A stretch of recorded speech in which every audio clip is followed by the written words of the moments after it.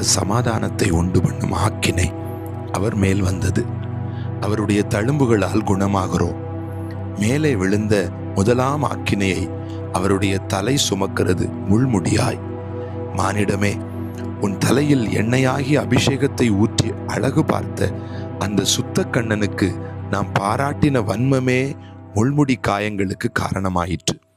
ஆதாம் தன் மனைவியின் வார்த்தைக்கு செவி கொடுத்து தேவன் விலக்கினதை சேர்த்து கொண்டதினாலே பூமி அவனுக்கு முள்ளை முளைப்பித்ததாம்.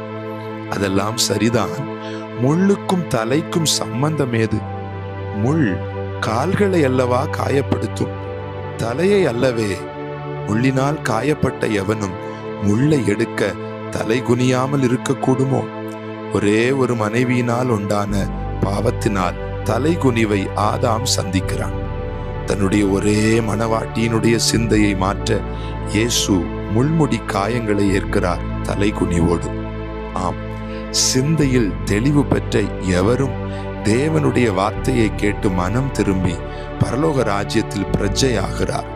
இயேசு கிறிஸ்துவின் முதல் உபதேசமும் அதுவே. மனம் திரும்புங்கள், பரலோக ராஜ்யம் சமீபித்திருக்கிறது.